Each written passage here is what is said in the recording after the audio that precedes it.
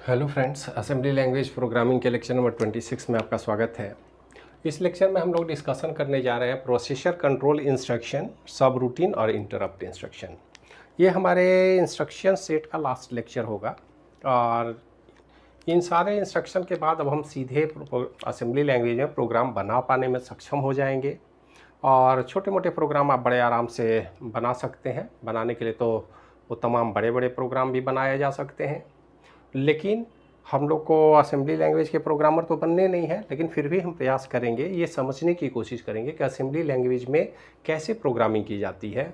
और सबसे बड़ी बात है कि जो भी आप हाई लेवल लैंग्वेज में प्रोग्राम बनाते हैं, आपको अच्छी तरह से पता है कि कंपाइलर उनको फाइनली असेंबली लैंग्वेज में ही ट्रांसफ़र करता है। असेंबली लैंग्वेज में इन सारे इंस्ट्रक्शन के फॉर्म में ही ट्रांसफ़र किए जाएंगे। किसी भी प्रोसेसर के लिए आप हाई लेवल में प्रोग्रामिंग करें, किसी भी लैंग्वेज में प्रोग्रामिंग करें, वो फाइनली असेंबली कोड में ट्रांसफ़र होगा। असेंबली लैंग्वेज फिर असेंबलर के सहयोग से माइक्रो प्रोसेसर से कम्युनिकेट करता है। तो असेंबली लैंग्वेज जानना बेहद ज़रूरी है। अगर प्रोग्रामिंग में डेप्थ लाने की ज़रूरत है, माइक्रोसर की एक्टिविटी को समझना है, तो आपको असेंबली लैंग्वेज के कोड, खास करके जो सामान्य कोड है, सामान्य प्रोग्रामिंग का कॉन्सेप्ट है, उसको समझना बहुत ज़रूरी है। तो इसको आगे बढ़ाते हुए सबसे पहले देखिए, माइक्रो प्रोसेसर कंट्रोल इंस्ट्रक्शन की अगर हम बात करें तो हमको दो तीन बातें ध्यान में रखनी है। हर माइक्रो प्रोसेसर में फ्लैग होता है और ख़ास करके फ्लैग में दो तीन फ्लैग की हम बात करेंगे। डायरेक्शन, इंटरप्ट, इनका पोजीशन अलग अलग फ्लैग में होता है। फ्लैग में अलग अलग जगह पर होते हैं, लेकिन यहाँ उसका डिटेल हम नहीं बताएंगे। डिटेल तो आपको पता है, हमने लेक्चर में बना दिया है। यहाँ हम कैरी की बात करते हैं, हम यहाँ पर इंटरप्ट की बात करते हैं और हम यहाँ पर डायरेक्शन की बात करते हैं। खास करके ये तीनों ही फ्लैग बड़े ही इम्पॉर्टेंट हैं असेंबली लैंग्वेज प्रोग्रामिंग में। तो इन फ्लैग को डायरेक्ट इंस्ट्रक्शन से कैसे कंट्रोल किया जाए, तो सबसे पहला इंस्ट्रक्शन आप देखिए STC। ST means set, set carry flag, set carry flag. Set carry flag means the value of carry flag is to be 1। तो कैरी फ्लैग को सेट करेंगे 1 से। आज जैसे हम सेट करेंगे वैसे क्लियर भी कर सकते हैं, CLC क्लियर और रीसेट। सेट का ठीक उल्टा हो गया रीसेट, कैरी फ्लैग CF बराबर 0। इसके बाद CMC complement carry flag. Complement carry flag का मतलब कैरी फ्लैग में जो भी वैल्यू है, 1 है तो 0, सेट है तो रीसेट और रीसेट है तो सेट, मतलब उसको कॉम्प्लीमेंट कर सकते हैं। नॉट ऑपरेशन है एक तरह से, इसलिए हमने अलजेब्राइक फॉर्म में लिखा है CF नॉट। तो ये तीनों ही इंस्ट्रक्शन के थ्रू हम कर सकते हैं, हमको डायरेक्ट करने की ज़रूरत नहीं। हमारा इंस्ट्रक्शन ये काम करने में सक्षम है। माइक्रोसर को इंस्ट्रक्शन सीधे भेज करके हम कैरी फ्लैग के स्टेटस को बदल सकते हैं। ठीक उसी तरह डायरेक्शन फ्लैग को भी बदला जा सकता है। Set direction flag STD, CLD clear direction flag, set interrupt flag, clear interrupt flag. तो कैरी, डायरेक्शन और इंटरप्ट फ्लैग को सेट या रीसेट कर सकते हैं हम, और इसके साथ साथ कैरी फ्लैग को कॉम्प्लीमेंट भी कर सकते हैं। सेट से रीसेट, रीसेट से सेट किया जा सकता है। तो ये 6 इंस्ट्रक्शन तो बड़े सिंपल इंस्ट्रक्शन है, आप आसानी से समझ सकते हैं। इसके बाद एक instruction halt, halt the processor until interrupt और रीसेट सिग्नल। हॉल्ट का मतलब होता है, जैसे कोई भी अगर असेंबली लैंग्वेज में प्रोग्राम लिखते हैं तो प्रोग्राम आप देखते हैं कि प्रोग्राम चलता जाता है और कहीं ना कहीं इस प्रोग्राम का इंड तो होगा। हर लैंग्वेज में इंड को रिप्रेजेंट करने का अलग अलग तरीका है। जैसे अगर हम C लैंग्वेज बनाए तो main function close means program close. Main function अगर क्लोज हो गया तो हमारे प्रोग्राम क्लोज हो जाता है C++ में। उसी तरह और भी प्रोग्राम है। अगर हम बेसिक की बात करें तो इंड वहाँ स्टेटमेंट है, इंड स्टेट आने के बाद बहुत जगह क्विट स्टेटमेंट का इस्तेमाल हम करते हैं। उसी तरह हमारे असेंबली लैंग्वेज प्रोग्राम में सबसे लास्ट इंस्ट्रक्शन है हॉल्ट, HLT। ये इंस्ट्रक्शन सबसे लास्ट इंस्ट्रक्शन है किसी भी असेंबली प्रोग्राम का। ये इंडिकेट करता है एंड ऑफ द प्रोग्राम, मतलब प्रोग्राम चाहे जितना बड़ा हो, आपको सबसे लास्ट इंस्ट्रक्शन आएगा हॉल्ट। हॉल्ट क्या करता है? हॉल्ट द प्रोसेसर, प्रोसेसर को रोक देता है अनटिल इंटरप्ट और रीसेट सिग्नल। रीसेट, अब या तो रीसेट कर दीजिए, प्रोग्राम ख़त्म हो गया है, या कोई इंटरप्ट भेज देंगे, इसके बाद इंटरप्ट भेज करके हम अपने मशीन के कंट्रोल को ऑपरेटिंग सिस्टम के पास ट्रांसफर करते हैं। ये देखिए बड़ा इंपॉर्टेंट है कि हॉल्ट के बाद अगर हम कोई इंटरप्ट सिग्नल भेजते हैं तो इंटरप्ट भेजा जाता है, हम जानते हैं हाई लेवल प्रोग्राम क्या करता है, माइक्रो प्रोसेसर को डायरेक्ट कंट्रोल करता है, लेकिन डायरेक्ट कंट्रोल करेगा तो प्रोग्राम तो कहीं ना कहीं असेंबली कोड में ही लिखे जाते हैं या रन किए जाते हैं। तो जो ही हमारा प्रोग्राम कंप्लीट होता है हम इमीडिएट एक इंटरप्ट सिग्नल भेज करके असेंबली के लैंग्वेज के कंट्रोल में जो प्रोसेसर है उस कंट्रोल को हम ट्रांसफ़र करके ऑपरेटिंग सिस्टम को भेज देते हैं। उसके लिए एक स्पेशल इंटरप्ट सिग्नल है, इंटरप्ट नंबर है, उसका प्रोग्रामिंग में हम लोग इस्तेमाल करेंगे। मतलब असेंबली में जब भी हम प्रोग्राम बनाएंगे हाँ तो फाइनली प्रोग्राम क्लोज होने के बाद हम ऑपरेटिंग सिस्टम को कंट्रोल ट्रांसफ़र करेंगे ताकि यूजर डायरेक्ट ऑपरेटिंग सिस्टम से इंटरेक्ट करे, यूजर कभी भी असेंबली कोड में इंटरप्ट नहीं करे और यूजर के कंट्रोल में मशीन आ जाए। तो हॉल्ट बड़ा ही इंपॉर्टेंट इंस्ट्रक्शन है, असेंबली का सबसे लास्ट इंस्ट्रक्शन है। उसके बाद है wait until test pin goes low. हम जानते हैं हम लोग मशीन में रीसेट बटन का इस्तेमाल करते हैं। तो रीसेट बटन एक्चुअली में मशीन को टेस्ट किया जाता है, तो हम टेस्ट के समय मशीन को वेट करा सकते हैं। मशीन को वेट, जब भी हम मशीन ऑन करते हैं तो पहले वो वेट सिग्नल जाएगा, wait until test pin goes low. Test pin जब लो हो जाएगा मतलब टेस्ट कंप्लीट हो गया तो मशीन का माइक्रो प्रोसेसर एक्टिव हो जाएगा। तो माइक्रो प्रोसेसर को डायरेक्ट वेट सिग्नल से भी वेट कराया जा सकता है। इसके बाद ESC तो एस्केप है, लेकिन यहाँ पर ESC का वो मतलब नहीं है। ESC ये सिंक्रोनाइजेशन के लिए है, is use to synchronise with external को प्रोसेसर लाइक 8087। देखिए माइक्रो प्रोसेसर 8086 बड़ा पावरफुल प्रोसेसर है, micro processor brain of computer system है, लेकिन कुछ मैथमेटिकल ऑपरेशन, उस समय हमारा माइक्रो प्रोसेसर इतना पावरफुल नहीं था कि हम उसको डायरेक्ट मैथमेटिकल ऑपरेशन, लॉगरिथमिक या बड़े कॉम्प्लेक्स मैथमेटिकल ऑपरेशन के लिए इस्तेमाल करें। कॉम्प्लेक्स मैथमेटिकल ऑपरेशन के लिए मैथ प्रोसेसिंग यूनिट हम 8086 या 88 के साथ लगाते थे 8087। तो 87 माइक्रो प्रोसेसर के साथ सिंक्रोनाइज किया जा सके ताकि ये ज़रूरत होगा तो मैथमेटिकल ऑपरेशन उनको ट्रांसफ़र कर देगा, फिर वहाँ से ट्रांसफ़र कंट्रोल अपने पास ले सकता है। तो इसके लिए हमारे पास इंस्ट्रक्शन है ESC। तो ESC इंस्ट्रक्शन सिंक्रोनाइजेशन का काम करता है। दो माइक्रो प्रोसेसर के बीच, एक माइक्रो प्रोसेसर मेन प्रोसेसर होगा और दूसरा उसका को प्रोसेसर या मैथ प्रोसेसिंग यूनिट जो कंप्यूटर में लगाते थे। और कालांतर में आगे बढ़ते बढ़ते 486 आते आते हम 486 के लास्ट में या पेंटियम प्रोसेसर की जब शुरुआत हुई तो माइक्रो प्रोसेसर के साथ लगे हुए को प्रोसेसर को भी उसी के साथ इंटीग्रेट कर दिया। अब माइक्रो प्रोसेसर के साथ कोई मैथ प्रोसेसिंग यूनिट की ज़रूरत नहीं है, हमारा माइक्रो प्रोसेसर सफिशिएंट है।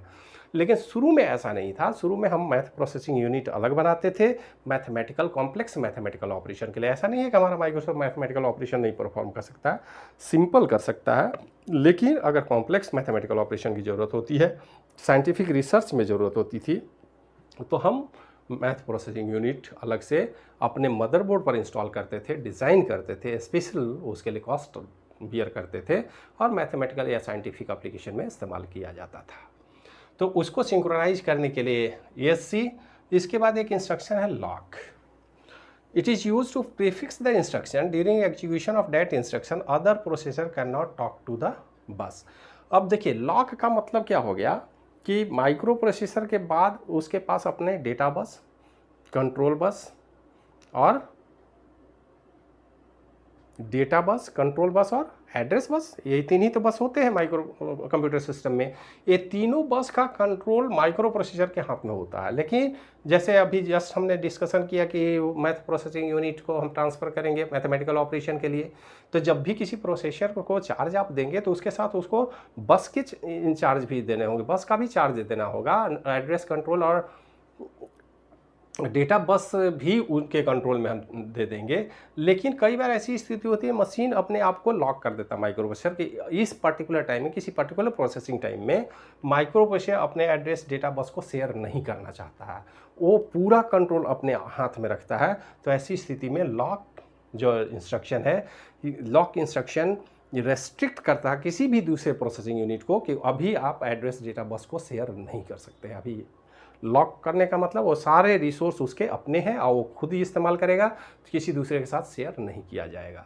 तो इस तरह से लॉक इंस्ट्रक्शन और NOP no operation use for creating delay. कई बार ऐसा होता है कि प्रोग्राम में बहुत सारे ऐसी स्थितियां आती हैं जहां पर हमको काउंटर वगैरह की ज़रूरत है, कुछ डिले प्रोवाइड करने की ज़रूरत होती है। तो डिले प्रोवाइड जब भी करना होगा तो हम नो ऑपरेशन का इस्तेमाल करेंगे। जैसा कि हम जानते हैं हमारे माइक्रो कंप्यूटर सिस्टम में मेमोरी रिफ्रेशमेंट एक निश्चित एक्टिविटी है, उसके बगैर तो प्रोसेसर का कंप्यूटर के ऑपरेशन को परफॉर्म नहीं किया जा सकता है। तो रैम को जब भी रिफ्रेश करना होगा तो एक निश्चित टाइम डिले की ज़रूरत होती है, हर टाइम डिले के बाद वो रिफ्रेश करेगा। तो काउंटर सेट करना होगा तो नो ऑपरेशन का इस्तेमाल करेंगे। जब भी वो एक्टिविटी इनिशिएट होगी तो NOP का इस्तेमाल करें, नो ऑपरेशन। उस एक्टिविटी को इंटरप्ट को जनरेट करेंगे, ऑपरेशन परफॉर्म करें, फिर से CPU को ट्रांसफ़र कर देंगे। तो नो ऑपरेशन बिल्कुल जब भी प्रोग्राम में डिले प्रोवाइड करना हो तो NOP ऑपरेशन का इस्तेमाल, मतलब नो ऑपरेशन इंस्ट्रक्शन को एक्टिवेट करते हैं। इसके बाद अगला जो पावरफुल टूल है हमारे पास प्रोग्राम में, वह सब रूटीन और इंटरप्ट्स। देखिए सब रूटीन का कॉन्सेप्ट क्या है। अगर हम सब रूटीन की बात करें तो सब रूटीन को आप इस तरह से समझें, अगर सामान्य वे में अगर समझा जाए तो हम अपने मशीन में फंक्शन का इस्तेमाल करते हैं। हाई लेवल प्रोग्रामिंग में आप फंक्शन का इस्तेमाल करते हैं। फंक्शन एक सब रूटीन है जो मेन प्रोग्राम से हटके अपना एक स्टैंड एलोन अपनी कैपेबिलिटी रखता है, स्टैंड एलोन लेवल पर काम करता है। हाँ, ये अलग बात है कि वो फिर वापस ट्रांसफ़र कर देता है अपने मेन प्रोग्राम को, मेन रूटीन को। तो सब रूटीन का मतलब होता है मेन रूटीन से हटके छोटे से मॉड्यूल के लिए काम करना। और हाई लेवल प्रोग्राम में फंक्शन को अगर आप समझते हैं तो आप आसानी से समझ जाएंगे कि मेन प्रोग्राम के अंदर जो फंक्शन है वो एक तरह का सब रूटीन है। तो कई बार हम क्या करते हैं, फंक्शन को कॉल करते हैं, तो लो लेवल पर असेंबली लैंग्वेज में हम इसको सब रूटीन का नाम दिए हैं, सब रूटीन या फिर इंटरप्ट। तो इस सब रूटीन या इंटरप्ट का क्या कॉन्सेप्ट है। देखिए कॉल हम जानते हैं, फंक्शन कॉल करते हैं, ठीक उसी तरह यहाँ सब रूटीन कॉल करेंगे। और ट्रांसफ़र कंट्रोल टू गिवन सब रूटीन।